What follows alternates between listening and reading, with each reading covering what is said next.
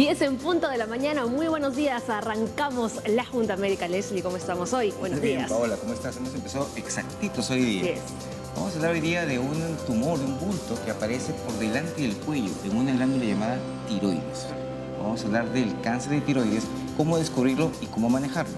Así es, pero también vamos a hablar de los azúcares, ¿no? Del azúcar blanca, rubia, la panela, stevia, sacarosa. Todos ellos, cuál es mejor, cuál es peor, son buenos para nuestra salud, en qué dosis deberíamos consumirlo, todo esto y más aquí en la Junta Médica.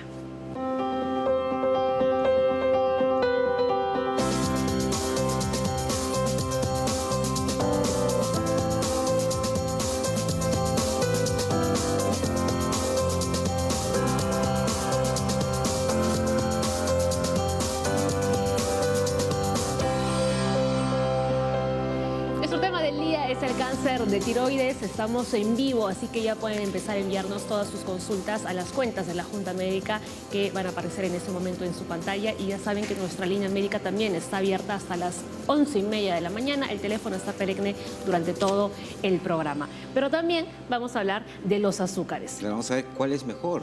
¿Cuántas cucharadas de azúcar le pones tú a tu café? Depende, desde 0 a 2. Ajá. Depende, pero lo que hay que ver es si realmente es mejor el azúcar rubia, que dicen que es más, menos químicos, o la blanca, o la panela, o la stevia. Vamos a verlo ahora con lo que va a decirnos Aura, para ver cuál es la mejor para poder endulzar nuestros alimentos. Claro, ¿no? Hoy en día que estamos, ¿no?, con este boom de comer todo mucho más sano y que nos han dicho pues que el azúcar es prácticamente veneno, nos ha puesto muy de moda consumir, por ejemplo, stevia. Claro que sí. Lo que sí hay que chequear es que el azúcar es bueno porque justamente nos da energía, pero no los excesos. Eso es lo que tenemos que chequear ahora, a ver la cantidad exacta, porque hay cierta cantidad que uno requiere para poder funcionar, si no, no funcionamos. A ver, usted, por ejemplo, en casa, ¿qué es lo que consume? Ahora se lo vamos a explicar después, más adelante, con una nota, como dice Leslie, de Aura, ¿no? Todas las propiedades, ¿no?, del azúcar y sus diversas presentaciones. También hablamos hoy del cáncer de tiroides. Vamos a hablar de un cáncer que no es tan frecuente como uno lo piensa. Tiene buen pronóstico también, es algo bueno, pero que va a aparecer pues, en muchas personas por encima de los 40 años y que hay que chequear pues, cómo descubrirlo, ¿no? Hay muchas personas que están tranquilas cuando de repente aparece un bultito aquí en la parte anterior del cuello, o quizás siente una garraspera o algo que le está como que atorando. ¿Piensa que es un ganglio que de repente se inflamó por una infección? Podría pensar lo mismo, para ver qué cosa está ocurriendo acá. Muy bien, y nuestros médicos ya están listos para contarnos todo sobre el cáncer de tiroides y sus diversos tipos. Así es, hoy día contamos con la presencia de la doctora Susana Tara Brito. Ella es endocrinóloga del Hospital Edgardo Rebagliati de Salud, jefa del Departamento de Especialidades Médicas, y con el doctor José Gutiérrez, cirujano oncólogo del Instituto Nacional de Enfermedades Neoplásicas del Ministerio de Salud, director del Departamento de Cirugía, Cabeza y Cuello del INEM. Bienvenidos, doctores. Los doctores estuvieron el año pasado también en la Junta Médica hablando sobre este tema, y es un placer realmente volver a tenerlos nuevamente en el estudio porque son grandes especialistas, ¿no?, con quienes vamos a poder conversar. Así que ustedes que están en casa, aprovechen en enviarnos todas sus consultas, ¿no?, para que los médicos puedan darles una guía y una orientación. Recuerden que este programa no sustituye una consulta médica. Así es, y que cada persona es un ente diferente y que cada persona debe ser evaluada para poder determinar qué tiene exactamente y cuál es el mejor tratamiento que puede recibir. Muy bien. A ver, el cáncer de tiroides, ¿no?, a diferencia de repente de otros tipos de cáncer, tiene un buen pronóstico de curación.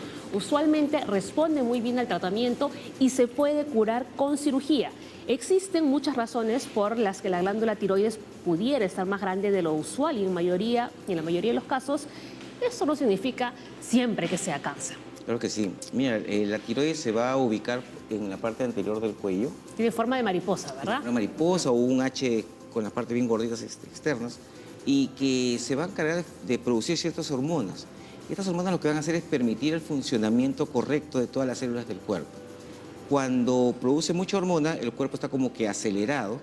Cuando produce poca hormona, el cuerpo está como que muy lento. Entonces ahí tenemos los hipotiroideos, que son lentos, gorditos, con piel seca, estreñidos, poco apetito, aumento de peso. Y los hipertiroideos, pues, que están sumamente acelerados, bajan de peso, tienen mucho apetito, sudan bastante, la piel está fina, tienen las heces un poco más sueltas. Entonces, esta glándula nos ayuda a regular el funcionamiento de todos los órganos realmente del organismo. Es realmente importante esa glándula. Totalmente importante. aunque Normalmente no lo crean. palpamos, es bien delgadita, pero a veces comienzan a aparecer ciertos bultitos en esta glándula. Estos bultitos que llamamos nódulos, que normalmente no son malos, mayormente, pero sí, pues, nos llama la atención que hay que descartar si es un nódulo benigno, un nódulo maligno y el tratamiento que debe seguir, porque todos estos tienen tratamiento y la gran mayoría de pacientes con cáncer de tiroides tienen un buen pronóstico. Eso es lo bueno de este tipo de cáncer. Hay diversos tipos de cáncer de tiroides. Aquí vamos a ver, ¿no?, 4 de ellos, si no me equivoco, entre 4 o 5. Algunos todavía más inusuales, ¿no?, que otros es más raro. Justamente el más malo de todos es el menos frecuente. por suerte. Así que vamos a descubrir ahora cómo hacer los diagnósticos, quiénes tienen que ir a chequearse y qué hay que hacer para que esto ya, pues, se termine y siga haciendo su vida normal. Muy bien, ¿nos vamos para la Junta? Vámonos para conversar con los médicos mientras les contamos el siguiente dato. Porque, atención, en la glándula tiroides pueden aparecer, ¿no?, diversos bultos y nódulos. La mayoría de estos son benignos, pero otros sí que pueden ser cancerosos. Y yo quería preguntarles, doctores, porque esta es una de las grandes dudas, ¿no?, de las personas que tienen problemas con su tiroides, ya sean que tengan hipotiroidismo o hipertiroidismo, tienen miedo de que más adelante puedan desarrollar cáncer de tiroides. ¿Tendría alguna relación o no? Separemos definitivamente que hay un tema en la función, ¿no?, donde se describe el hipotiroidismo, que ya lo hablaron, y el hipertiroidismo. Y otro campo de las patologías o enfermedades de la tiroides es la presencia de tumores o nódulos.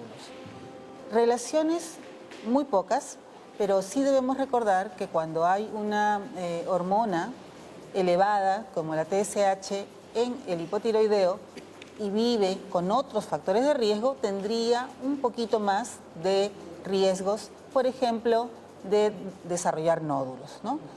La principal causa del hipotiroidismo es una inflamación de la glándula, que es la tiroiditis de Hashimoto, que lleva al hipotiroidismo, pero también se puede organizar en pseudonódulos. Entonces el paciente puede pensar que tiene tumores o nódulos, ¿no? Entonces, lo importante aquí es que lo más frecuente es encontrar una función normal cuando hay un tumor de tiroides o nódulo tiroideo. Eso es lo más usual. ¿Doctor? Felizmente, los nódulos en la tiroides, la mayoría de ellos son benignos. De 100 personas que tienen nódulos en la tiroides, el 95% de ellos van a ser benignos. Solamente alrededor del 5% de los nódulos terminan siendo cáncer. Pero tener nódulos en la tiroides es una condición frecuente, una condición común, sobre todo en las mujeres. Si examinásemos a 100 mujeres, el 60% de ellas tienen nódulos en la tiroides. Entonces, tener un nódulo en la tiroides no es de por sí una situación necesariamente alarmante, porque no es raro tenerlo. Pero sí significa que necesito hacer algo para determinar si ese nódulo que tengo es bueno o malo. ¿Y en el camino podría volverse malo ese nódulo? Hay algunos nódulos que sí tienen la posibilidad de convertirse en el transcurso del tiempo en malo, pero la mayoría de los cánceres de tiroides nace siendo cáncer de tiroides.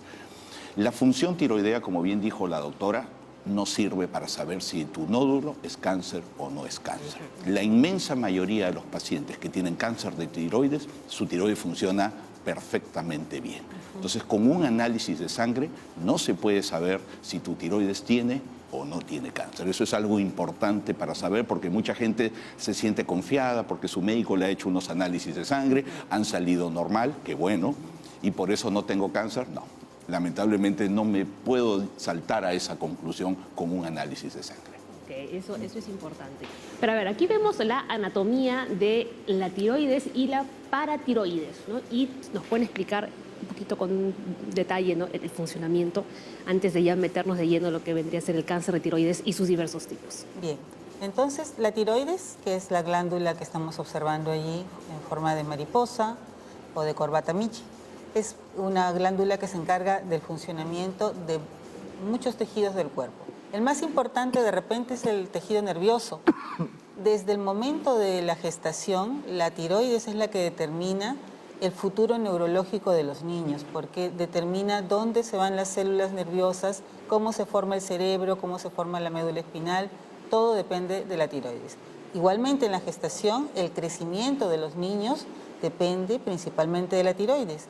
Muchos creemos que tiene más que ver con la hormona de crecimiento, pero durante la gestación, cuando uno crece tanto, depende más de la hormona tiroidea.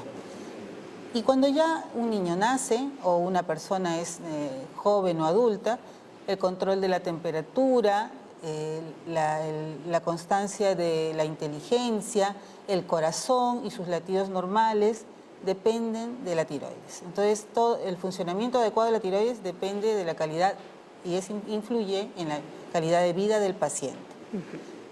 Las hormonas que se forman ahí, que son las hormonas tiroideas, nosotros las conocemos como T4 y T3. Son las que funcionan a nivel de todo el organismo. Adicionalmente estamos viendo 4 glándulas que son como unas perlitas amarillas que están pegadas a la parte posterior de la tiroides. Se llaman paratiroides, que son básicamente las que se encargan del metabolismo del calcio. Y por lo tanto, uno de los síntomas más importantes de los trastornos del calcio, de la falta de calcio en el organismo, son los calambres y el calambre más severo que se llama tetania, que cuando una persona se queda como entumecida con una contractura fuerte y dolorosa. Una de las causas es la cirugía de tiroides. Muchas veces porque la glándula esté por la proximidad comprometida con el cáncer, el cirujano de cabeza y cuello va a tener que retirar las paratiroides. Y una consecuencia en el postquirúrgico podría ser un hipoparatiroidismo, o sea, la disminución de la función y este cuadro, ¿no? En otras oportunidades es transitorio, porque la circulación de estas glándulas es tan fina que por el mismo acto operatorio podría disminuir y bajar la función, pero luego se recupera, ¿no? Tal vez el doctor podría comentar algo. Esa imagen es importante porque nos va a ayudar a entender algo que la gente no tiene claro y no tiene por qué tener claro. La glándula tiroides es una, no son dos. No es tiroides izquierda, no es tiroides derecha, solamente se tiene una glándula.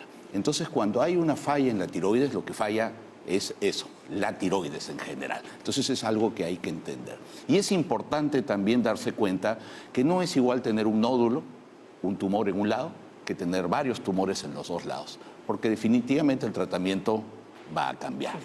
Entonces, es importante entender que la tiroides es una y es importante entender que cuando hay que hacer un tratamiento va a estar en función al tamaño del tumor, a la cantidad de los tumores y a qué tipo de tumores en el que tenemos. Podemos llegar a hacer cirugías para sacar un pedazo de tiroides, si eso es necesario, o podemos llegar al extremo de tener que sacar por completo toda la tiroides. Eso va a depender de qué cosa es lo que tiene el paciente para poder planificar el tratamiento. Sí, otra. Un término adicional que es importante que los pacientes recuerden es que bocio quiere decir crecimiento de la tiroides. Entonces, cualquier bocio es un crecimiento. Y si es un bocio difuso, o sea, toda la tiroides está crecida, o si es un bocio nodular, es donde hay un tumor dentro de una tiroides. Entonces, muchas veces el paciente dice, tengo bocio y está asustado por eso. A veces el crecimiento de la glándula no tiene mucho impacto en la salud del paciente, ¿no? Sí, justo le voy a comentar esa parte, ¿no? Que la tiroides está asociada mucho con el yodo. Por eso que está ahora pues la sal yodada, en unos lugares no había sal con yodo. Y había pues estos tumores pues, que eran grandes, que no se ven mucho ahora, ¿no? Son unos tumores muy grandotes que están en el cuello como un collarín gordo, que es justamente el bocio, que es un crecimiento que no es lo mismo que el cáncer. Exacto. Para que la gente no se asuste. La glándula tiroidea tiene diferentes tipos de células, como mencionamos acá, que pueden generar distintos tipos de cáncer. Esto implica entonces que la diferencia determina cuán grave es el cáncer y el tipo de tratamiento que necesita, ¿no? La gran mayoría de otros son cánceres de tipo papilar. Es correcto. El cáncer de tiroides tiene varios subtipos, varios cánceres dentro del saco grande que es cáncer, pero la gran diferenciación o los dos grandes grupos son cáncer bien diferenciado de tiroides y todos los demás. El cáncer bien diferenciado es el que, como ustedes mencionaron al principio, felizmente el más frecuente y felizmente el menos agresivo, pero no deja de ser cáncer. Hay que tener cuidado porque mucha gente quiere entender que le ha tocado un cáncer benigno. No existen esas dos palabras juntas. Si tienes cáncer es porque tienes un tumor maligno. Que sea menos agresivo que otras enfermedades, eso es bueno, pero no deja de ser un cáncer y hay que tener cuidado. Si juntamos el cáncer papilar con el cáncer folicular, que son los dos tipos de cáncer bien diferenciados, estamos alrededor del 85-90% de los cánceres, felizmente. El cáncer medular ocupa entre 5 y 10%, y el cáncer anaplásico, que es el más agresivo, está entre las 3 neoplasias malignas más letales en el cuerpo. Felizmente está entre el 5% como un máximo. Entonces tenemos los extremos desde un cáncer de tiroides en el cual probablemente te cure solo con cirugía, a tener un cáncer anaplásico también en la tiroides, del cual probablemente sea poco lo que vamos a poder hacer. Entonces la misma glándula tiene extremos. Ajá. Aquí en nuestro país, ¿qué puesto ocupa el cáncer de tiroides? Esa es una buena pregunta. No creo que haya una estadística nacional, debería haberla, pero no la hay. Pero te puedo decir, en el Instituto de Enfermedades Neoplásicas donde yo trabajo, el cáncer de tiroides, para comenzar, es un cáncer más frecuente en mujeres que en hombres. Eso es algo que hay que saber y eso es algo que hay que entender. ¿Qué tan frecuente? 4 veces o 6 veces más frecuente. De 4 a 1, de 6 a 1, dependiendo de los sitios. En las mujeres, en el instituto, el cáncer de tiroides ocupa el 4º lugar. Mama, cuello uterino, estómago, tiroides. Entonces, no es raro, no es infrecuente. No tengo una respuesta nacional, pero te puedo decir la respuesta que nosotros tenemos como instituto. 4º lugar, entonces, en el caso de las mujeres. Sí. Ajá, muy bien. Justo hablando de mujeres, Patricia tiene 29 años, nos llamó de Jesús María. ¿Se debe proteger la tiroides en un examen de rayos X para prevenir el cáncer o es un mito? Nos vamos a la pausa, doctores, pero después de ella le contestamos a Patricia.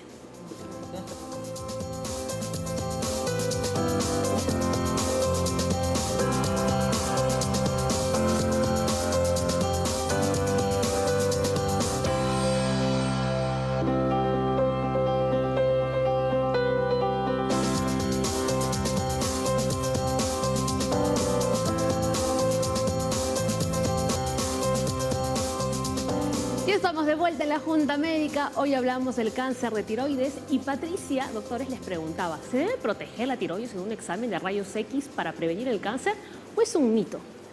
Bien, dentro de los factores de riesgo para cáncer de tiroides está la radiación externa y los accidentes radionucleares. Entonces, realmente la cantidad de radiación que reciba depende de cada examen. Por ejemplo, sabemos que la mamografía es uno de los exámenes que más radiación produce. Entonces, hay que definir, y por norma, ahora debería solicitarse un collarín protector siempre y cuando la paciente tenga riesgos. Por ejemplo, un paciente con un nódulo tiroideo definitivamente tiene que usar collarín protector y debe solicitarlo al tecnólogo. Y si es factible, cualquier paciente que se haga si tiene algún familiar con problema de tiroides, cualquier problema de tiroides. ¿Y el que no tiene ningún problema con la tiroides? Por seguridad, porque no es nada fuera del otro mundo, es ponerse un collarín para hacerse una radiografía y todos los centros de rayos X deben contar con el collarín. Porque en teoría. La tiroides es una glándula que es la más expuesta que tenemos, está en el cuello. Muchas veces cuando uno se expone a radiación, rayos X, dice, hay que proteger los genitales, ¿no? Que entonces hay que ponerse un saco, plomado, algo, pero ¿qué es lo que más expuesto está y a lo que la radiación llega y daña rápidamente? La tiroides. Nadie piensa en protegerse la tiroides, ¿no? Entonces, también quizás esta pregunta está un poco orientada a que antiguamente había muchos tratamientos de rayos X dirigidos al cuello. Y justamente en esos tratamientos la radiación pues, es bastante agresiva, constante, permanente, y hacía pues, que el cáncer de tiroides sea un poco más frecuente también en esa época. Pensar que la radiación por una placa de tórax, una radiografía de tórax me va a causar un trastorno en la tiroides, por supuesto que no va a pasar. Eso no es una condición normal. Si yo sufro de los pulmones y me tengo que hacer una radiografía de tórax con cierta frecuencia, por supuesto, me tengo que proteger la tiroides. Si me voy a hacer un chequeo cada, no sé, una vez al año, cada 3 años, protegerte la tiroides por radiografía de tórax probablemente sea un exceso. Pero no así la gente que trabaja en rayos X. Claro. La gente que toma tomografías, que toma rayos X, ellos sí están expuestos. Ellos sí tienen que tener la protección todo el tiempo. Claro, todo el rato.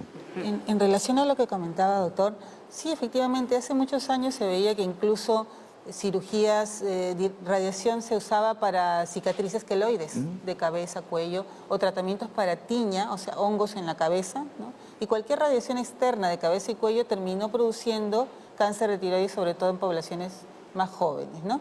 pero esas costumbres ya se fueron superando, ¿no? Entonces, pero definitivamente hay algunos pacientes que de todas maneras se van a tener que irradiar porque tienen una neoplasia en cerebro y va a tener que recibir la radiación, entonces hay necesidad de ir protegiéndolos también, ¿no? Vamos a ir protegiendo poco a poco. Hay que tener en cuenta el dato que viene a continuación, pero ¿quieres tú Sí, comentar algo? doctor, Sí. lo de Chernobyl y todo esto, se dice que después de esas radiaciones, en unos 30, 40 años, habría más probabilidad de cáncer de tiroides, algo así. ¿O cómo es este grupo de pacientes? Es correcto, cuando han habido estos accidentes y cuando ha habido Hiroshima, cuando ha habido Nagasaki, todas esas exposiciones masivas a fuentes de radiación, el efecto para el cáncer ha ocurrido generalmente alrededor en promedio de los 15 años. Ese es el tiempo en el cual ha habido una degeneración. No es tan rápido, no es inmediata normalmente, en la mayoría de los casos son 15 años en promedio. Pero ese cáncer que ataca por culpa de esta radiación es bien agresivo. Chernóbil, O sea, ¿hay posibilidades de recuperarse de este cáncer?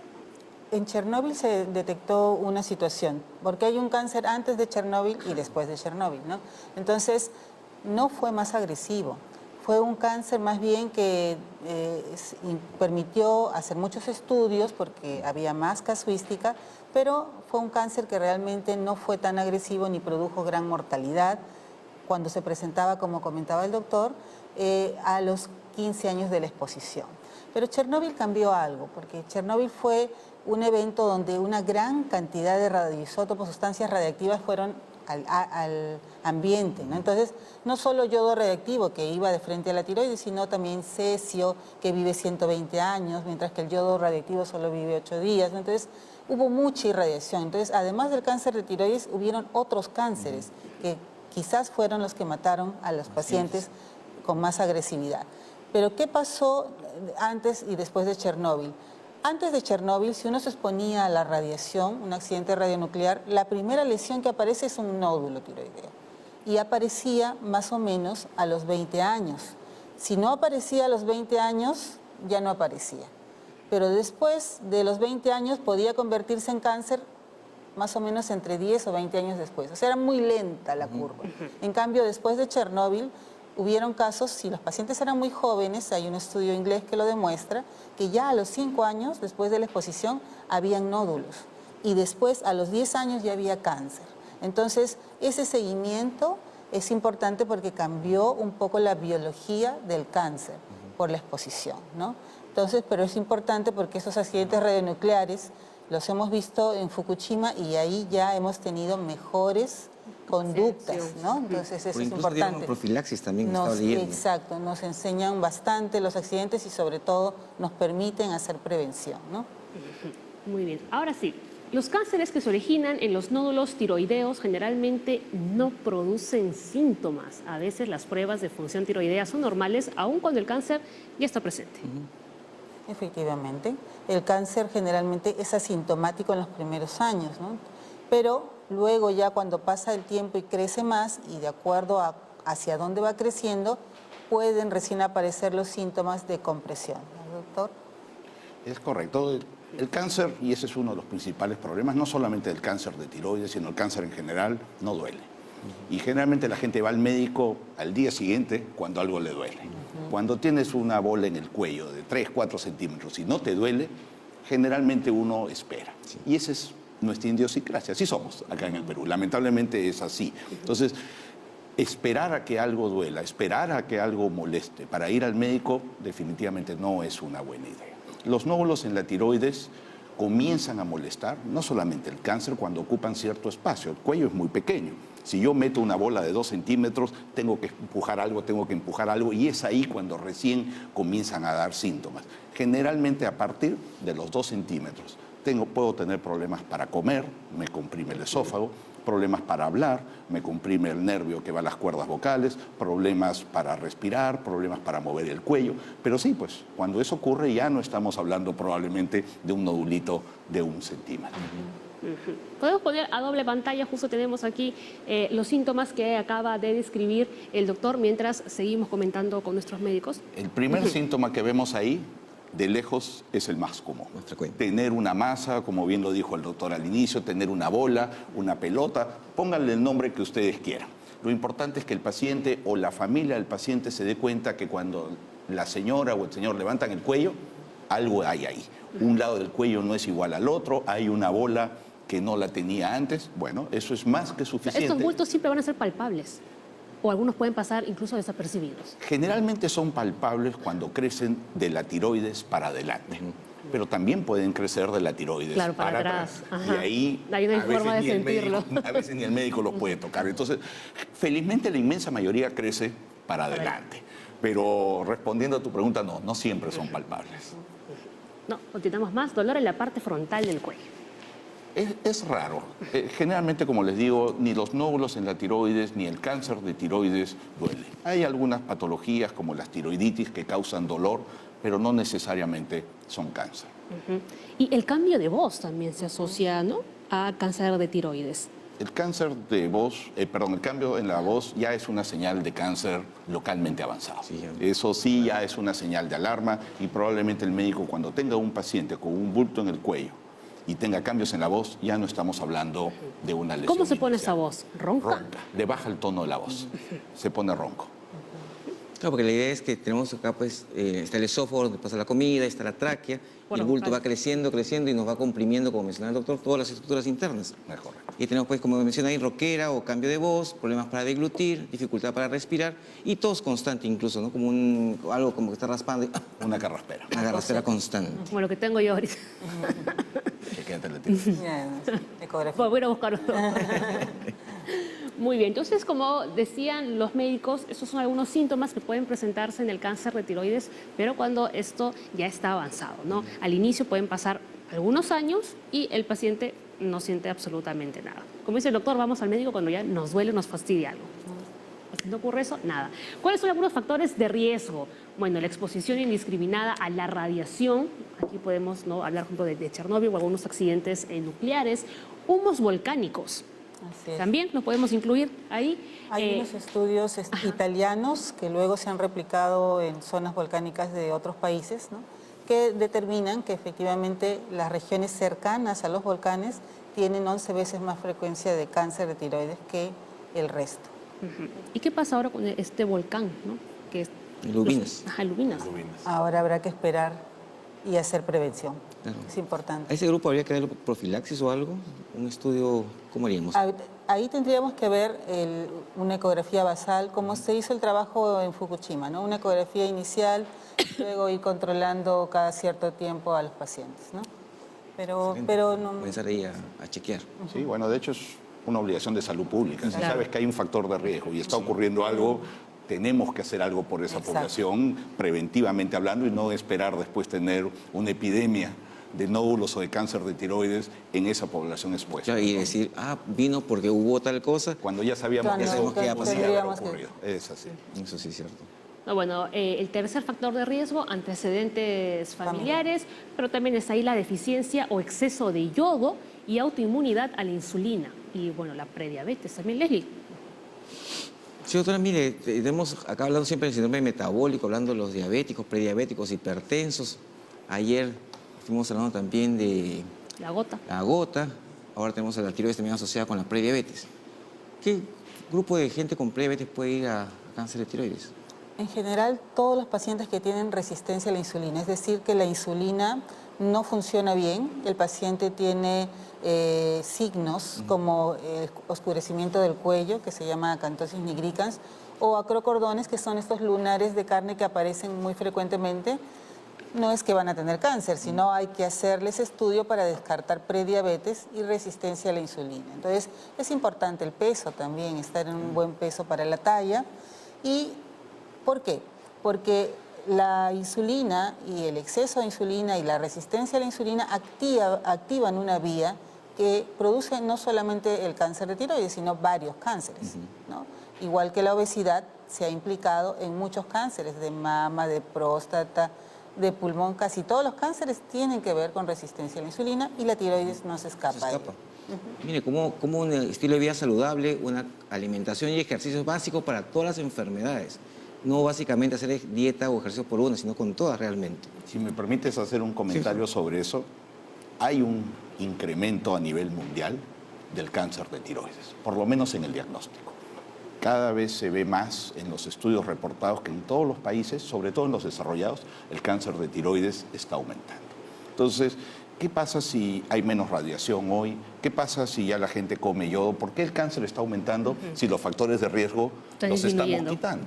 Bueno, hay un factor de riesgo que ha dicho la doctora, que es el sobrepeso y la obesidad. Ha pasado a ser uno de los actuales factores de riesgo que no estamos controlando. Lamentablemente hay una epidemia de obesidad, 40%, 50% en algunos países, es altísimo. Entonces, eso está haciendo que el cáncer de tiroides, entre otros cánceres, aumente.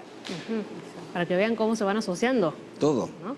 La obesidad y la diabetes, comentábamos ayer, son gatilladores para múltiples enfermedades.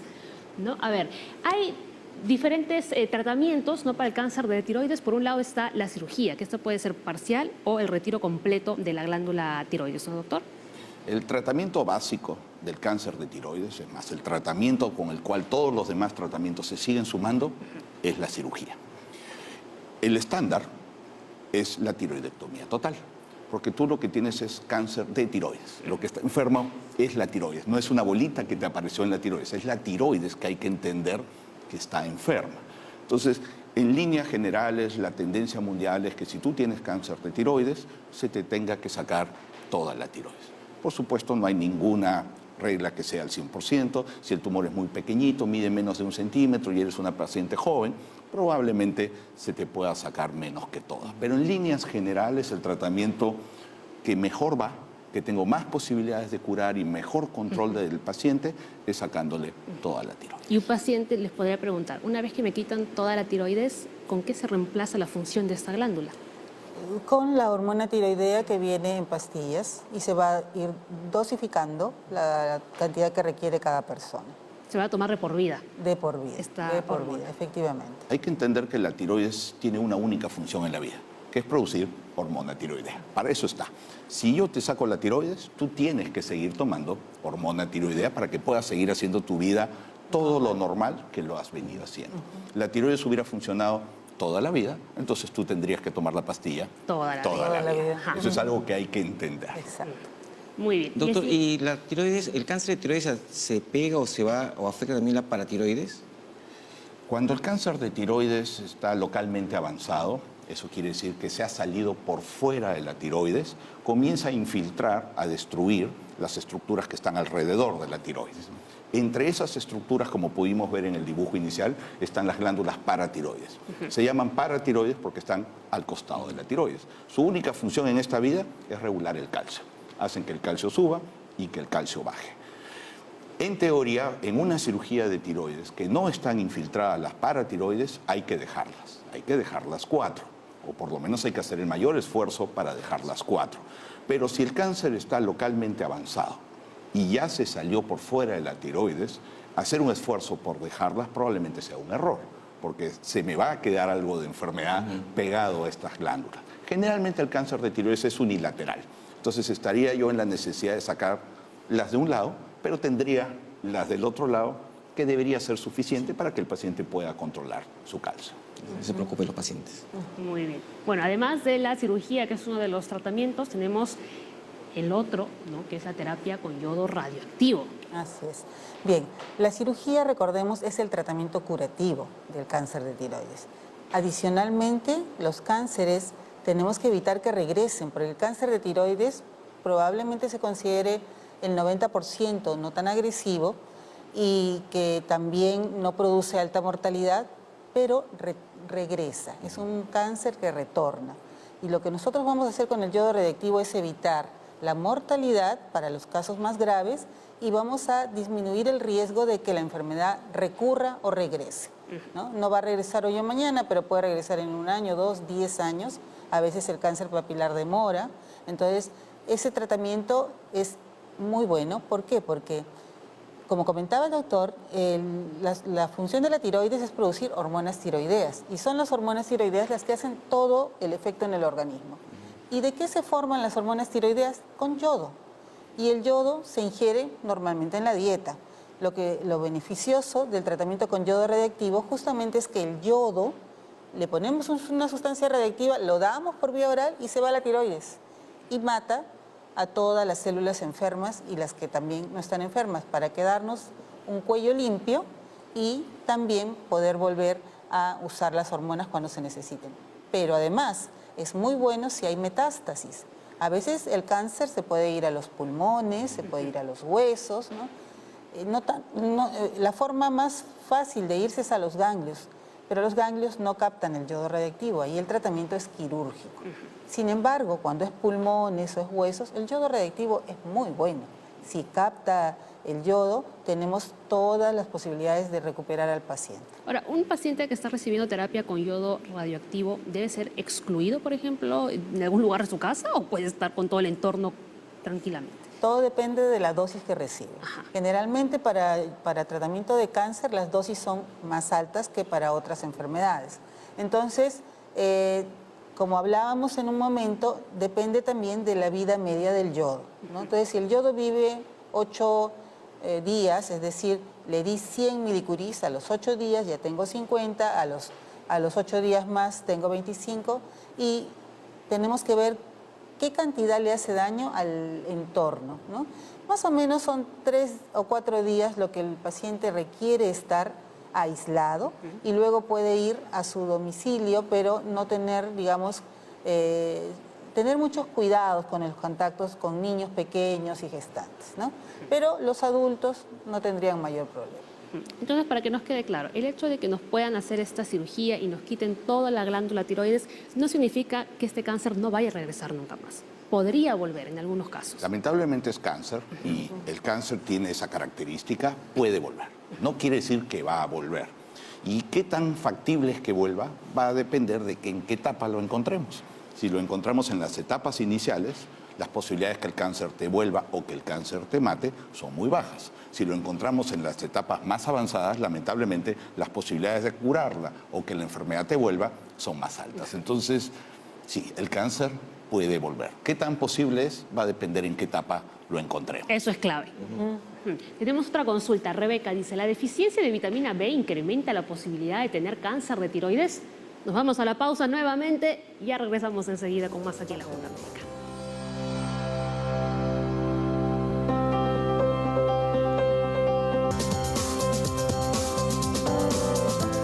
Y regresamos acá en Junta Médica y ahora vamos a ver, Paola, estos azúcares que tenemos a diario, el azúcar blanca, el azúcar rubia, la panela, el stevia, ¿cuál hay que usar, cuál no hay que usar, en qué cantidades, cuál es bueno y cuál no es tan bueno? Lo vamos a ver en un reportaje que he hecho ahora sobre los azúcares. Vamos a ver. Muchísimas veces nos han recomendado reemplazar el azúcar por edulcorantes naturales o artificiales y cuando esto sucede surgen muchas dudas. ¿Cuántas cucharitas de azúcar estoy consumiendo al día? ¿Qué tanto más saludable es el consumo de edulcorantes versus el azúcar? ¿Los puedo consumir de manera ilimitada? ¿Qué sucede con las frutas y la fructosa? Hoy en día la salud importa muchísimo y hay demasiada información que a veces nos confunde. Por eso, en esta ruta de la salud ha llegado un especialista que nos va a aclarar todas nuestras dudas. Empecemos.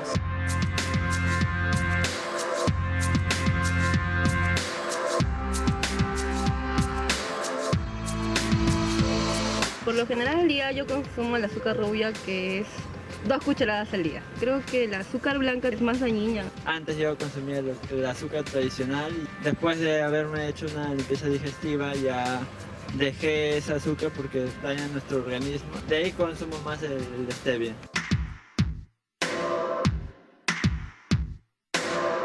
Ahora que nuestro especialista, el doctor Rey Tixe, endocrinólogo, va a empezar a responder nuestras dudas y preguntas sobre los mitos en relación a los endulzantes, tanto naturales como artificiales. Doctor, tenemos aquí azúcar rubia y azúcar blanca, que es lo que más consume la gente. ¿Cuántas cucharitas se pueden consumir al día? Ese es el azúcar blanca, el azúcar de mesa que usualmente usamos, la sacarosa. Se recomienda en general más o menos 6 cucharitas al día, o sea, alrededor de 25 gramos. Podría ser hasta 45 gramos en el caso de los varones que tienen mayor peso, en las mujeres 25 gramos. Esto equivale al 5% de la caloría total del día. Pero sin embargo, cuando hemos hecho nuestras entrevistas, la gente prefiere consumir el azúcar rubia porque dice que es más natural. ¿Eso es verdad, doctor? Bueno, sí, precisamente el azúcar rubia viene a ser, es un azúcar menos procesada que el azúcar blanca, ¿no? Que el azúcar de mesa usual, que la sacarosa. Sin embargo, por ejemplo, en este tipo de azúcar el 95% es sacarosa. Acá en el azúcar rubia es el 85%. Y acá, que este es derivado de la chancaca, es aproximadamente el 70%. Finalmente, estos tienen minerales, tienen vitaminas, sí. En cambio, el azúcar blanca no tiene nada de nutrientes, básicamente es azúcar, es dulce.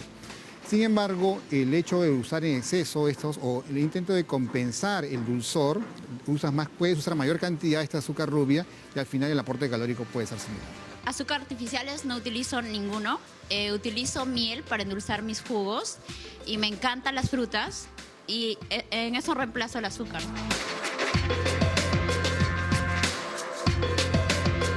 ¿Qué sucede entonces si ponemos en contraste, por ejemplo, la miel de algarrobo o la miel de abeja? La miel, cuanto más natural es, mejor. Tiene proteínas, tiene minerales, tiene vitaminas también. Evidentemente, las mieles, cuando son más procesadas, más elaboradas, más refinadas, han perdido esto y básicamente es un azúcar cualquiera. Siempre se piensa que lo natural es inocuo, o sea, que lo natural no hace daño. Pero también consideren ustedes que esta azúcar blanca también es natural. O sea, pareció procesada, pero ¿de dónde viene? Viene de la caña de azúcar y la caña de azúcar es natural. Entonces, esto también vienen de componentes naturales. Acostúmbrese siempre a trabajar con lo menor contenido de azúcar. Trate de desacostumbrarse al dulce, ¿no? El dulce tiende a ser adictivo. Yo utilizo azúcar rubia. Yo utilizo azúcar rubia. Utilizo azúcar blanca. Yo utilizo azúcar rubia. Utilizo azúcar rubia. Yo utilizo azúcar rubia. Yo también utilizo azúcar rubia. Bueno, yo utilizo stevia. Doctor, ahora tenemos aquí dos sustancias de las cuales me parece que se ha generado mucha controversia. Una de ellas es la stevia, que es un edulcorante natural, y tenemos aquí un edulcorante totalmente artificial. Si revisamos rápidamente los valores nutricionales de esto, podemos decir que la stevia no contiene sucralosa, aspartame, ciclamato, sacarina, dextrosa, maltodextrina. ¿Qué son todos estos términos en relación a la stevia? La stevia evidentemente deriva de una planta que se cultiva pues, en Paraguay, al sur de Brasil, al norte de Argentina. Es muy bueno.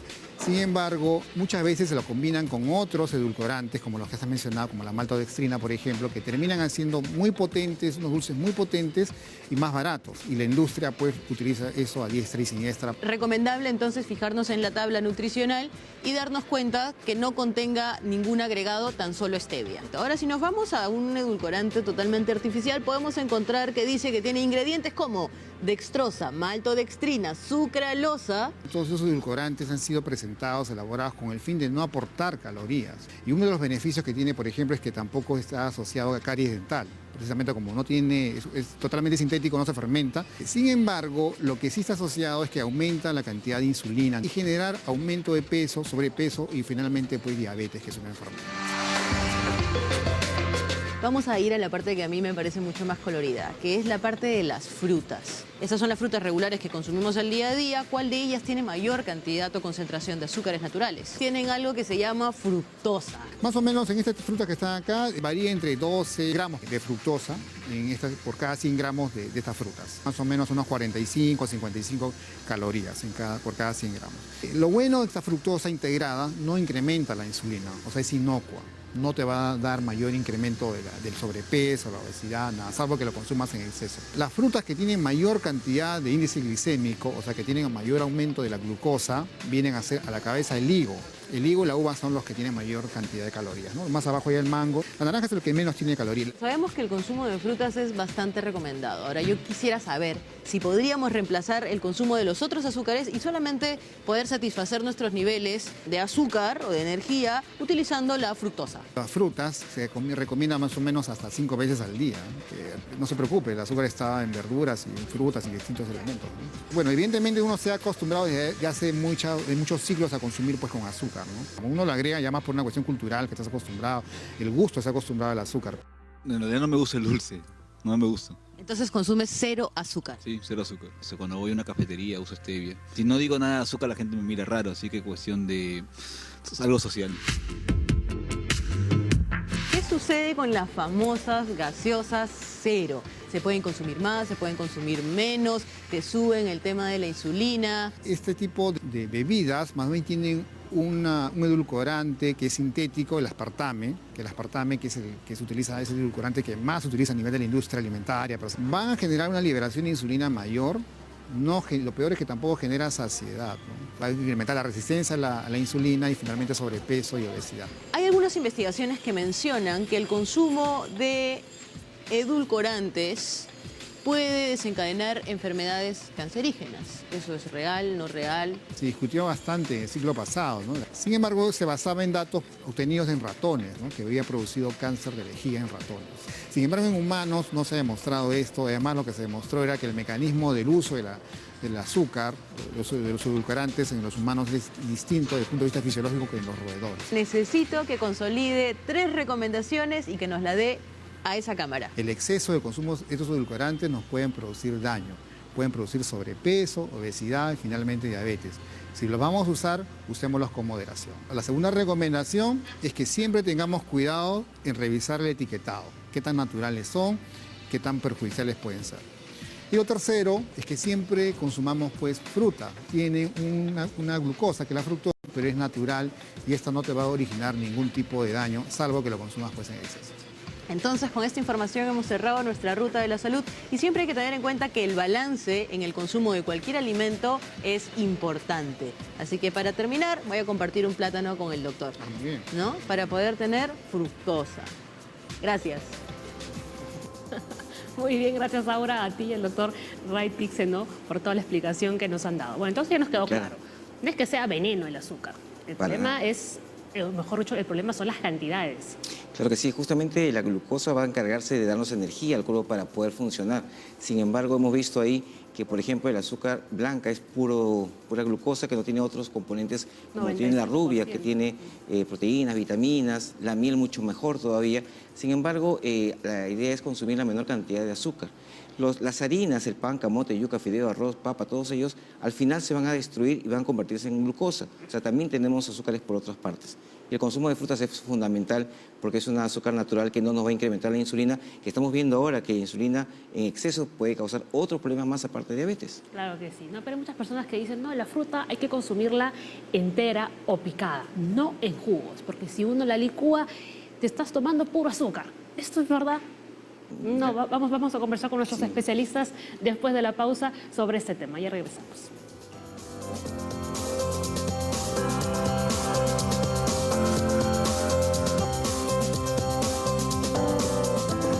Muy bien, antes de irnos a la pausa, hemos visto una nota con Aura sobre los azúcares, ¿no? Que junto al doctor Ray Tixe nos estaban explicando cuáles eran mejores o cuáles son las cantidades que deberíamos consumir al día.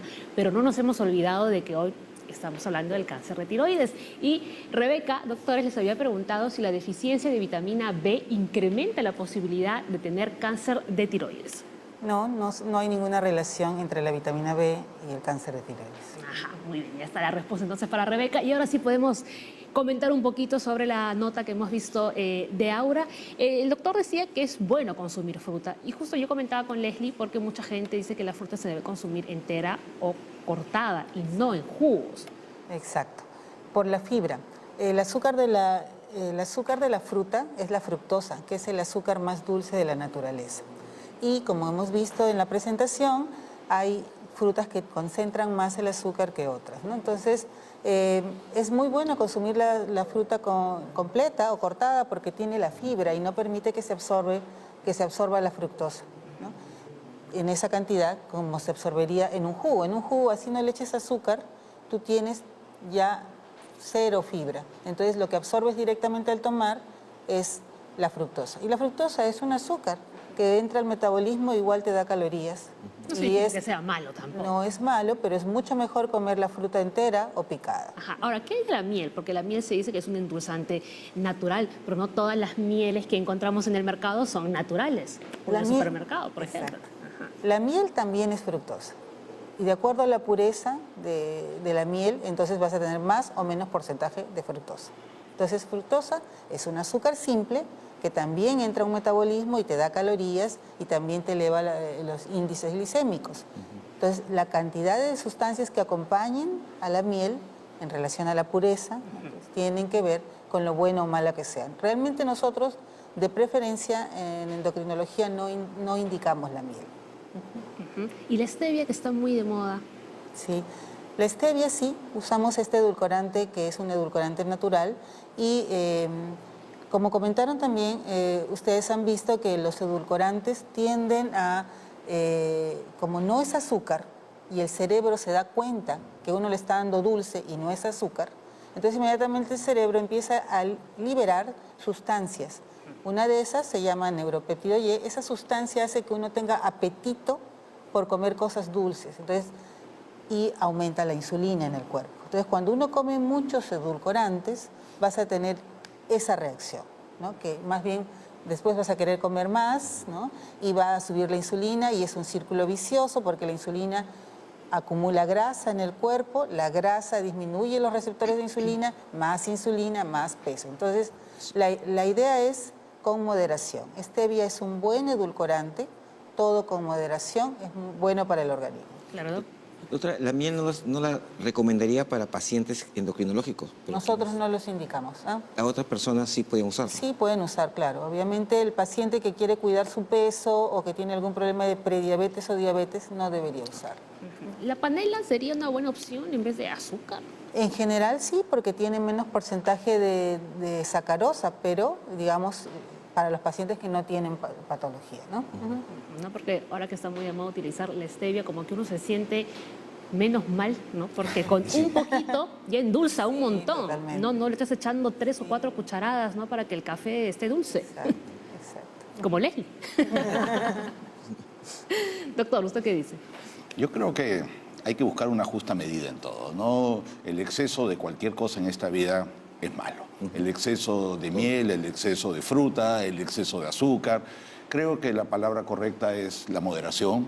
No solamente es cuestión de comer bien, el estilo de vida sano es importante, tiene que ir de la mano con hacer ejercicio, tiene que ir de la mano con muchas otras cosas. O sea, si solamente me voy a preocupar porque no voy a comer el azúcar tal y tengo una vida desarreglada en general, probablemente el efecto no vaya a ser todo lo bueno que debería ser. Entonces, el consejo viene a ser, sí, claro, tratar de comer lo más sano, lo más natural posible, pero no solamente pasa por comida, pasa por estilos de vida. Eso es todo un conjunto. Es todo un Estilo de vida es muy importante, sí. A ver, Rosina de Piura nos ha llamado, tiene 54 años, dice, sufro de hipotiroidismo desde hace 15 años. ¿Las radiografías dentales podrían agravar mi diagnóstico o llevarlo a un cáncer? No definitivamente, porque realmente el hipotiroidismo no se va a convertir en cáncer. Y en segundo lugar, todas las placas dentales se hacen con protección, ¿no? O sea, protección local, o sea, no hay ningún problema. La paciente, de hecho, debe tener un diagnóstico de hipotiroidismo, pero no creo que sea hipotiroidea. Ella debe tomar su hormona tiroidea porque si no, no haría su vida normalmente. Entonces, pensar que la radiografía o algo en una persona que toma la medicina en la dosis correcta y que sus análisis de sangre, sobre todo la TSH, está en valores normales, para fines prácticos, ella es una persona normal. Eutiroidea.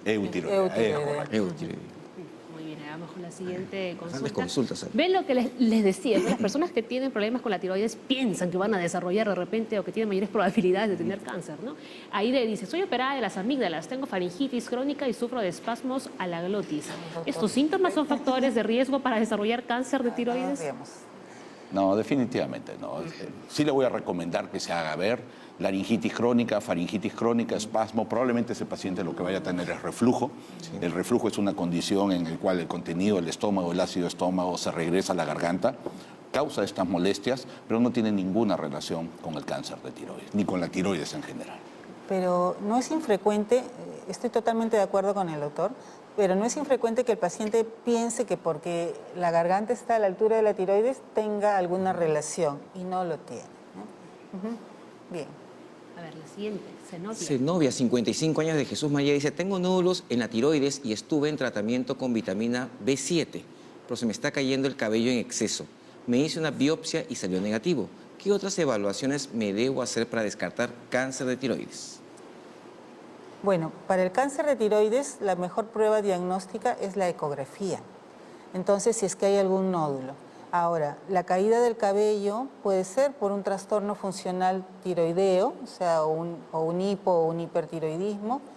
No lo describe acá, pero adicionalmente también hay otras causas, por ejemplo, las anemias, la deficiencia de ferritina. Entonces, lo que tiene que hacer, si lo que quiere es descartar un cáncer de tiroides, es una ecografía de tiroides. Yo quiero aprovechar que está mencionando la biopsia para completar un poco de cómo debe hacerse una evaluación de la tiroides en general. En la tiroides hay que evaluar dos cosas. En primer lugar, cómo funciona la tiroides, es decir, el nivel de las hormonas, y eso pasa por un análisis de sangre. El segundo que hay que evaluar es cómo es la tiroides, si tiene nódulos, si no tiene nódulos, cuántos son, cómo son, si hay ganglios o no lo hay. Eso lo hace una ecografía. Esos dos exámenes van de la mano. Los dos generalmente tienen que ir juntos. Si encuentro un nódulo en la ecografía con algún grado de sospecha mediano hacia adelante, necesitamos hacerle una biopsia para poderle poner nombre y apellido a ese nódulo.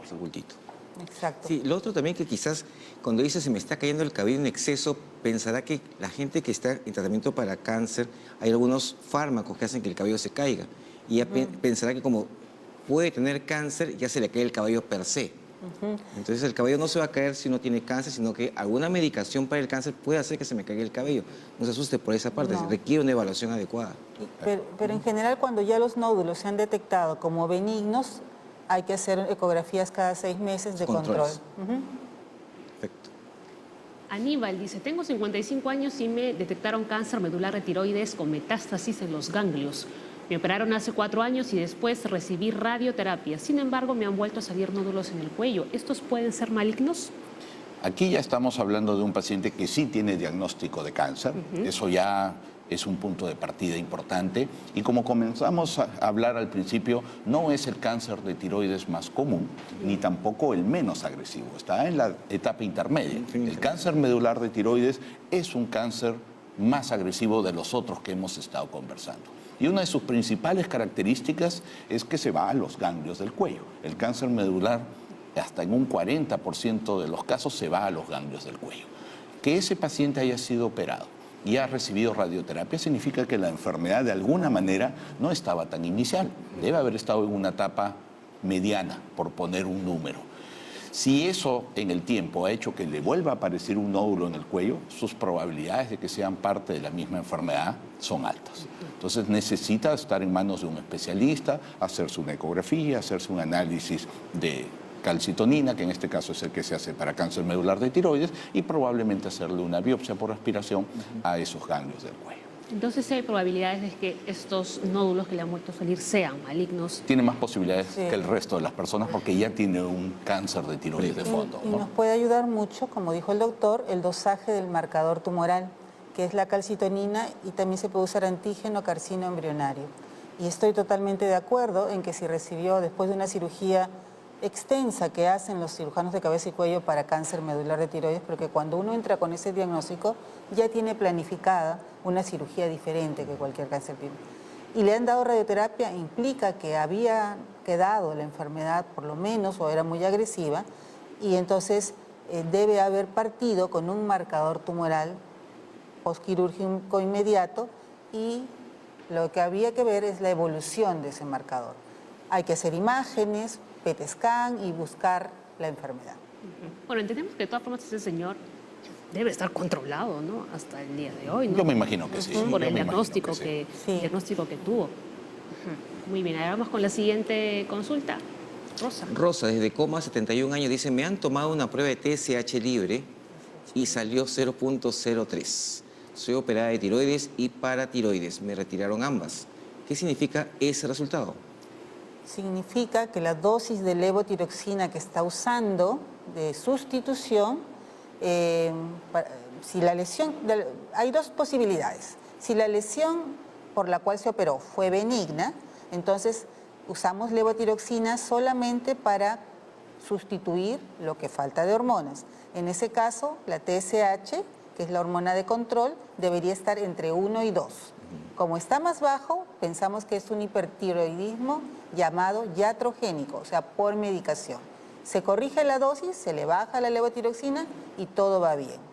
La segunda opción, que ella no la comenta, ¿no? Si hubiese sido un cáncer por el cual se trató y por eso le sacaron también las paratiroides, en ese caso habría que evaluar en qué estadio de cáncer está, porque hay momentos del cáncer en que uno necesita tener esta hormona con valores indetectables o suprimidos para evitar que la enfermedad regrese. No en todos, en algunos pacientes que son casos severos y en algunos momentos, no todos los momentos del cáncer. Entonces, esas son las dos opciones que podría tener. Entonces, habría que definirlo con su médico tratante y los exámenes complementarios. Doctora, una paciente como ella, ¿cada cuánto tiempo tiene que hacer su control? Porque aparentemente no se ha hecho controles y apareció así. Depende de las dos opciones que hemos dicho, ¿no? Si es un hipotiroidismo post-cirugía, en ese caso con 2 veces al año está bien. En cambio, si es un paciente con cáncer, nosotros controlamos cada 3 meses de acuerdo al cáncer. Perfecto. Entonces, ese significado tiene que verlo con su médico tratante para ver pues qué caso estamos hablando con la señora y le va a decir lo mejor que hay que hacer ahí. Bien, Kelly, de Facebook nos escribió: mi mamá de 50 años fue diagnosticada con cáncer de tiroides hace 4 años. Le sacaron toda la glándula y recibió tratamiento con yodo. ¿El cáncer puede volver o migrar a otros órganos? Esa es una buena pregunta. La señora tiene un factor a favor, que es la edad. Ser paciente con cáncer de tiroides y menor de 55 años van mucho mejor que los que tienen más de 55 años. El hecho que le hayan sacado toda la tiroides y que en 4 años no haya evidencia de enfermedad también es un factor a favor de la paciente. Pero responder de una manera categórica, si el cáncer le va o no le va a volver, va a ser muy difícil que alguien se la pueda decir con esa contundencia. Lo más probable es que no, pero lamentablemente no lo sé, no lo sabemos. Y que vaya siempre a sus controles. Y es correcto. Como no lo sé, probablemente la tenga que estar chequeando cada 6 meses. En la mayoría de los casos los chequeamos cada 6 meses y no hay nada. Pero de vez en cuando aparece uno que podemos detectar la enfermedad a tiempo y rescatarla de esa enfermedad. Es por eso que los chequeos, a pesar del tiempo transcurrido, son fundamentales. El cáncer de tiroides no es como en otras enfermedades que uno escucha: después de 5 años ya no tengo que volver, ya estoy... No, lamentablemente no es así. Tus posibilidades son muy bajas, pero no son 0. Pero están presentes. Están presentes. Muy bien, ahora vamos con la siguiente. Jorge dice: me operaron hace 10 años de nódulos benignos en la tiroides y me retiraron la mitad de la glándula. Han pasado 8 y me han encontrado nódulos en la otra parte de la tiroides. ¿Me puedo operar? ¿Se puede convertir en cáncer? A ver, ¿se puede operar? Sí, todo se puede operar. La pregunta no es si es que se puede operar. La pregunta es si es que se debe operar. El hecho que haya tenido nódulos benignos en un lado y se los hayan retirado, significa que lo más probable es que en el otro lado sigan siendo nódulos benignos. Eso es lo más probable. Pero nos falta información. Me falta saber, por ejemplo, de qué tamaño son. Me falta saber cuántos son y me falta saber en cuánto tiempo han aparecido. Si ya los tenía cuando lo operaron antes o le han aparecido recientemente. Claro. Las posibilidades de que alguien haya tenido un nódulo benigno y se haya operado y que los que ahora aparezcan sean malos es muy baja. Entonces, ¿usted qué diría? ¿Que se opere o no? Yo le diría que necesitamos tener más información. Claro. Necesito tener la ecografía y, si fuera el caso, hacerle una biopsia. Si los nódulos son menores de 2 centímetros o incluso de 1 centímetro y son benignos, no hay ninguna necesidad en ese paciente en operarse. Ok, muy bien. La siguiente, Oscar. Oscar, de San Juan de Lurigancho, dice: me hice una biopsia y salió negativo. Me hice una ecografía y salieron 3 nódulos. Para saber realmente si estos son malignos o benignos, ¿me tienen que hacer 2 muestras de cada nódulo o con una muestra es suficiente? Bueno, ahí realmente es importante el procedimiento que se llama biopsia con guía ecográfica. O sea, se hace la ecografía y ahí se buscan los signos de benignidad o de malignidad y se escoge los nódulos que tienen, el nódulo que tiene signos de malignidad para la biopsia. Ahí también se debe observar el tamaño del nódulo, si es más alto que ancho, si los bordes son nítidos, si hay calcificaciones, si hay circulación. Para eso también se hace una ecografía Doppler. Y cuando se guía de esta manera, no hay que hacer biopsias en cada nódulo, ¿no? Porque si son más bien benignos, no se les biopsia a menos que sean muy grandes. Habría que ver de los 3 el que tenga características más asociadas a malignidad quizás, y de esas hacemos una muestra y vemos ahí qué sale. Exacto, exacto. Vamos a sacarle todo, pura biopsia de cada nódulo. Bien, siguiente pregunta. Erika, me retiraron la tiroides e hice mi tratamiento con yodo. 4 meses después salí embarazada. ¿Existe posibilidad de que mi bebé nazca con hipotiroidismo? Ya.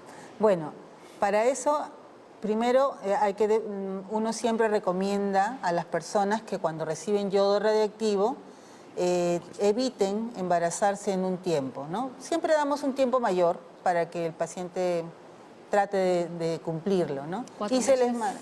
Lo ideal es un año. Un año, por lo menos. Entonces, claro, pero todo depende de la dosis y del momento, ¿no? Porque la dosis, hay cánceres que captan más el yodo radiactivo y cánceres que lo captan menos. Por ejemplo, el cáncer papilar, que es el más común, capta menos. Así que decir, yo le doy 100 milicuris y de repente capta 60.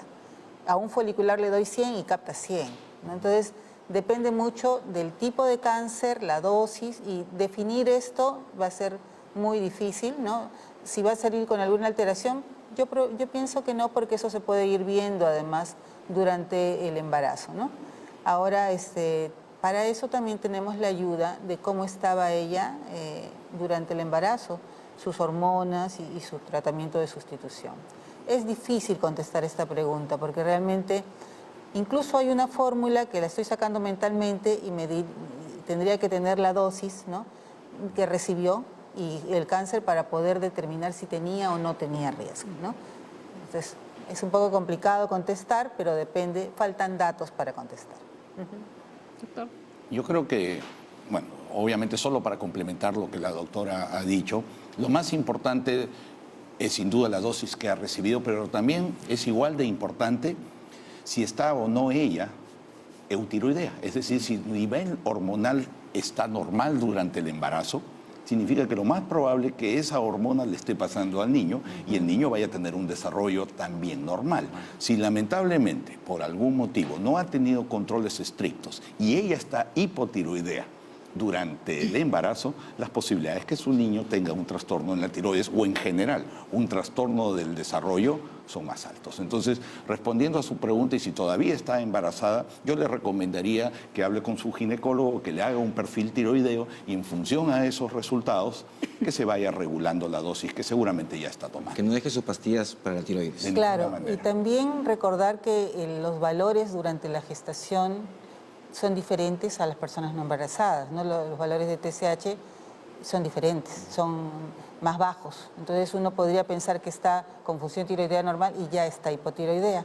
Recordemos también que las 12 primeras semanas de vida del niño depende de la hormona de la madre, pero a partir de la semana 12 ya tiene su tiroides formada y él es el que produce sus hormonas, ¿no? Entonces hay que tener bastante cuidado con, como dice el doctor, que el ginecólogo o quien le haga el seguimiento sea muy cuidadoso en evaluar a la paciente. Muy bien, Natalie dice, ¿una paciente que ha tenido cáncer de mama puede sufrir de tiroides si se realiza rayos X como parte de sus chequeos? Realmente no por los rayos X, sino realmente hay una asociación entre cáncer de mama y nódulos tiroideos y cáncer de tiroides, igualmente de nódulos tiroideos y cáncer de mama. Nosotros lo hemos visto en la casuística, realmente no son independientes de la radiación, sino que lo que pasa es que a veces se detectan con los chequeos. Por ejemplo, una persona que tiene cáncer de mama tiene que eventualmente, con cierta frecuencia, hacerse controles con pruebas radiográficas y tiene que hacerse. Y en el ínterin aparece un nódulo de tiroides, pero no es por la prueba radiográfica, sino básicamente porque hay una asociación que ya está descrita en la literatura entre estas dos neoplasias. Por eso es que cuando nosotros recibimos un nódulo tiroideo que resulta ser cáncer, siempre hacemos estudio de mama, parte del estudio. Y es importante entender que estamos hablando de dos neoplasias frecuentes en la mujer. Entonces, es común tener cáncer de mama en este país y es común tener cáncer de tiroides. Entonces, va a haber un grupo importante de mujeres que van a tener, lamentablemente, las dos cosas. Pero no por los rayos X. Pero no por los rayos X. Ajá. Ay, para que quede bien clarito. Vamos con la siguiente pregunta. Cecilia. Cecilia, desde Chaclacayo, dice, mi hija de 39 años sufre de hipertiroidismo. Tiene 3 nódulos y lleva tratamiento con metimazol. Algunas veces toma 2 pastillas y otras solo una. ¿Está bien el tratamiento o puede operarse de los nódulos? Bueno. Dos, Ahora sí. Bueno, hipertiroidismo con nódulos, ideal, hay que ver la biopsia de los nódulos, realmente el tamaño y las características de los nódulos. Muchas veces es mejor, si es que hay algún signo de malignidad o de progreso, hacer una cirugía. Ahora, en relación al tratamiento con este antitiroideo de la síntesis de las hormonas, es un muy buen tratamiento, solo que el problema es que se tiene que dar mucho tiempo. Y efectivamente, muchas veces hay que estar modificando las dosis, subiéndolas o bajándolas, ¿no? A veces el tratamiento es 1 año, 2 años, pero suele suceder que a veces son 5 o 10 años en que el paciente está tomando medicación.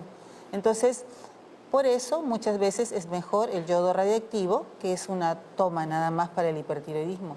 Pero teniendo nódulos, supongo yo que le habrán pedido unas pruebas de gammagrafía tiroidea antes de iniciar el tratamiento, porque es una de las indicaciones pocas indicaciones de la gammagrafía en el diagnóstico de nódulos tiroideos, que es cuando hay hipertiroidismo asociado. ¿Qué tal les preguntas? Hasta que ponen en aprieto aquí a las doctores. En realidad, y es importante esa pregunta, porque el hipertiroidismo es una enfermedad relativamente frecuente. Necesitamos, como bien dice la doctora, saber si los nódulos son hiperfuncionantes, si alguno de esos nódulos que tienen la tiroides es el que está produciendo este exceso de hormona tiroidea. Y el examen de elección es la gammagrafía. El hipertiroidismo no se trata con cirugía, no es el tratamiento de inicio. El tratamiento de inicio es un tratamiento médico. Cuando el tratamiento médico fracasa o toma mucho tiempo en controlarse, la segunda línea de tratamiento tampoco es la cirugía, es quemar la glándula, quemar el nódulo con yodo radiactivo. Hay que tratar de ser lo menos invasivo, lo menos agresivo con el paciente. En el caso que el paciente no responda a la hormona y no responda al yodo, por supuesto la cirugía es lo que sigue, porque ya eso lo tengo que sacar para que no siga la paciente. Pero no es la primera opción. De ninguna manera. Primero hay que agotar las anteriores. Si ya no funcionan estas dos, ya se va por la cirugía. A menos que haya signos de malignidad, que de todas maneras, nódulo es rara la asociación de hipertiroidismo y cáncer, es rara, pero si aparece, es agresivo. Lourdes dice, estoy operada de cáncer a la tiroides de tipo papilar y llevo tratamiento con levotiroxina, pero me late el corazón muy rápido cuando subo escaleras. ¿Por qué sucede esto? Bueno, habíamos hablado al inicio de esta junta que la hormona tiroidea también tenía un efecto en el corazón. Y justamente tiene un efecto en aumentar la frecuencia cardíaca y también la contracción, la fuerza de contracción del corazón. Entonces, como la enfermedad es cáncer de tiroides, habíamos comentado que se usan dosis un poquito más altas. Pero también uno tiene que poner en la balanza, ¿no? Si el paciente tiene problemas cardíacos o tiene osteoporosis, no va a poder usar dosis muy altas de levotiroxina. Hay que adecuar todo al paciente. Entonces, eso del latido del corazón podría ser una taquicardia, podría ser un exceso de función cardíaca provocada por la levotiroxina. Entonces es mejor evaluar sus valores hormonales y definir cuál es la mejor dosis para ella. Lo que tiene que entender la paciente y quedarse tranquila que no es por la enfermedad. No, es el cáncer de tiroides operado no es el que le está causando la taquicardia. Puede ser, como bien dice la doctora, y probablemente sea la dosis de hormona tiroidea que no está completamente regulada. Muy bien. Ahora, el señor no se vaya a asustar y no vaya a dejar esa medicina, ¿no? No, más bien la medicina en este caso es muy importante porque la levotiroxina está bloqueando que se eleve una hormona, que es la TSH. TSH es una hormona oncogénica, hay que bajarla y por lo tanto es importante tenerla. Entonces, en el caso del cáncer, uno usa levotiroxina por 2 razones. Una, para sustituir la función, o sea, un tratamiento sustitutorio, y 2, para evitar que regrese el cáncer. Entonces es importante, es tratamiento de cáncer también en el caso de él. Ahora sí, vamos con la siguiente. Fernando. Fernando, ¿el cáncer a la tiroides es hereditario? Bueno, ¿Hay un factor genético ahí? Existe el cáncer papilar familiar de tiroides y el cáncer medular familiar de tiroides. Entonces, estos dos, nosotros tenemos varias familias afectadas con cáncer papilar, que es el cáncer más frecuente en nuestro país y en todo el mundo, y los estudios demuestran algo que nosotros no hemos podido demostrar en la casuística del Hospital Rebagliati. Entonces, lo que demuestra es que las generaciones más jóvenes tienen cánceres más agresivos. Nosotros no hemos encontrado esto en nuestra población. Entonces, para lo que nos sirve es saber siempre, cuando uno hace una historia de nódulo tiroideo y posible cáncer, hay que preguntar por la familia. Siempre hay que preguntar si ha tenido cáncer en la familia o si ha tenido cualquier patología de tiroides en la familia, porque estas enfermedades se pueden asociar familiarmente. Más en el sexo femenino, pero también recordemos que es mucho más frecuente el cáncer de tiroides en mujeres, más agresivo es en hombres.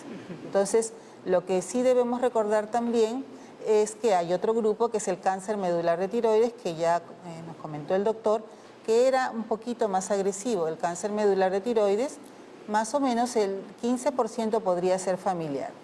Y aquí una ventaja de esto, que ya se estudiaron los genes que lo determinan, ¿no? O sea, cuál es el gen que está afectado y se puede hacer un estudio familiar. Entonces podemos saber desde inicio qué niño va a tener un cáncer de tiroides más adelante. Y si ese cáncer es de comportamiento agresivo, se puede operar tempranamente la tiroides. O sea, realmente estos estudios genéticos nos han ayudado para avanzar en el tratamiento. Muy bien. A ver, vamos con la siguiente consulta. Sukei dice, mi amiga siente un bulto en sus amígdalas y cuando come siente que no pasa la comida. ¿Estos son síntomas de cáncer de tiroides? Bueno, primero hay que aclarar, y eso es un error común en la población en general, que las amígdalas, cuando te dicen, me duelen las amígdalas, se agarran acá al cuello. Las amígdalas no están en el cuello, las amígdalas están en la boca, están en la parte de atrás, al costado de la lengua. Pero es común, a todos hemos visto alguna vez, doctor, me duelen las amígdalas y se agarran acá en el cuello. Entonces, lo primero es ver si efectivamente son las amígdalas o es algún ganglio en el cuello. Esa parte es importante. Es raro que generalmente alguien no pueda comer con un cáncer de tiroides en una etapa inicial. No sabemos la edad de la amiga, no sabemos algunas características, pero en líneas generales mi primera respuesta va a ser no. Es poco probable que esto sea, ¿no? Doctor, usted también comparte la respuesta. No, tendríamos que ver primero un chequeo general para ver qué es lo que tiene. ¿Qué es lo que tiene? Quizás el colega otorrino sea intervenir ahí más que nosotros. Es un otorrino el que debería seguramente evaluar a esta paciente. Y que no espere, ¿no? Porque si está con ese problema... Si tiene una molestia, ¿para qué esperar, no? A ver, Kelly. Kelly, en el Facebook puso, mi mamá de 65 años tiene la hormona tirotropina muy elevada. ¿Esto puede conllevar a que tenga cáncer en algunos años? La hormona tirotropina o TSH elevada, muy elevada, es un diagnóstico de hipotiroidismo.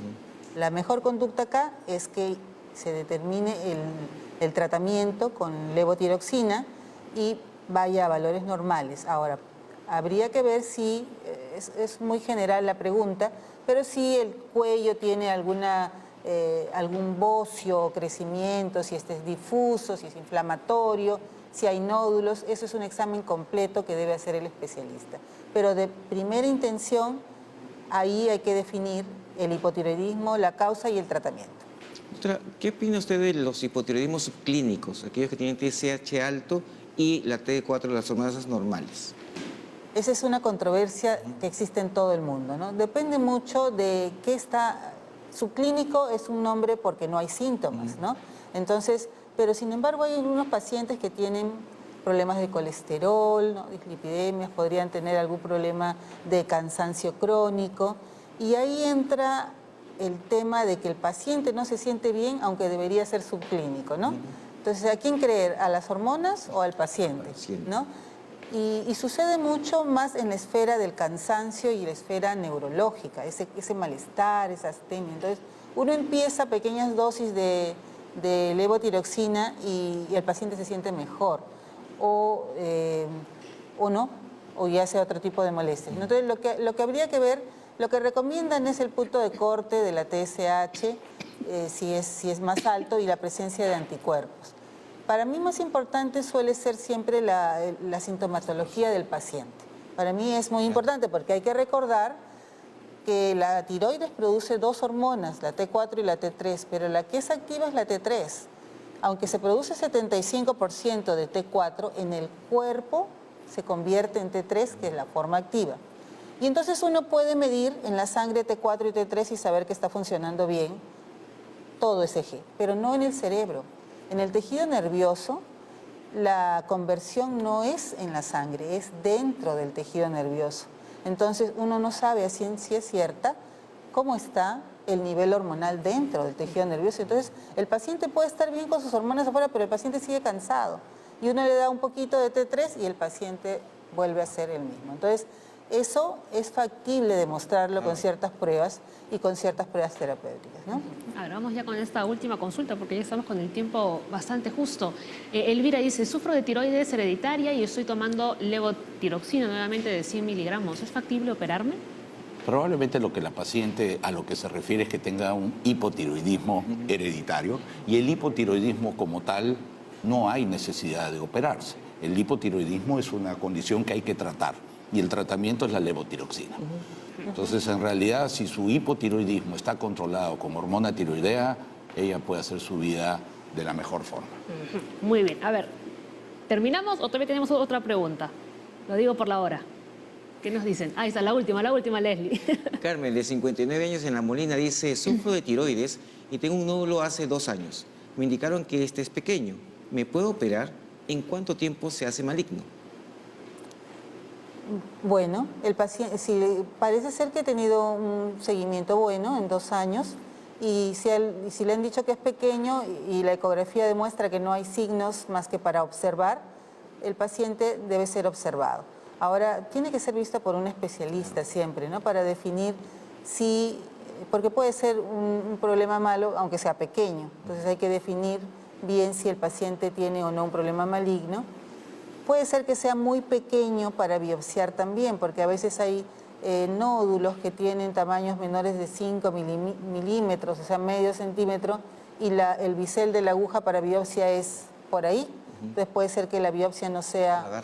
Pero sí nos ayuda mucho una prueba ecográfica con elastografía, de repente que mide la dureza del nódulo. Entonces eso es muy importante, pero tendría que ser visto y evaluado todo este proceso por un especialista. Doctora, entonces en resumen, todo nódulo tiene que investigarse. Y el tratamiento lo hace el especialista que define si hay que operarse o hay que dar tratamiento bioral. Exactamente. Muy bien. Nos vamos, ¿ya, Leslie? Ya nos vamos, ya es la hora casi. Bien, muy agradecido, doctores, por esta charla de hoy día. Está muy interesante. Mucha gente adulta mayor, sobre todo después de los 50, 60, tiene 20% sufren de hipotiroidismo. Y la gente pues tiene hormonas alteradas y tiene mucha preocupación qué está pasando. Entonces, si usted se palpa en el cuello algún bultito, tiene que ir donde su endocrinólogo, quien tiene que evaluarlo con su ecografía, exámenes de laboratorio, y él tiene que definir qué va a pasar. Entonces, ellos tienen que evaluarlo desde el inicio y los seguimientos son cada 3 y 6 meses de acuerdo a lo que me encuentre. Muy bien, 11:30 de la mañana, cumplimos nuevamente con el horario. Doctores, muchísimas gracias por haber estado nuevamente aquí en la Junta Médica. Que tengan todos un bonito día. Mañana regresamos con más. Mañana es viernes, ¿verdad? Claro, viernes de salud mental. Viernes de salud mental. Muy bien, ya lo saben. 10 en punto, estamos de regreso con más Junta Médica para todos ustedes. Chao.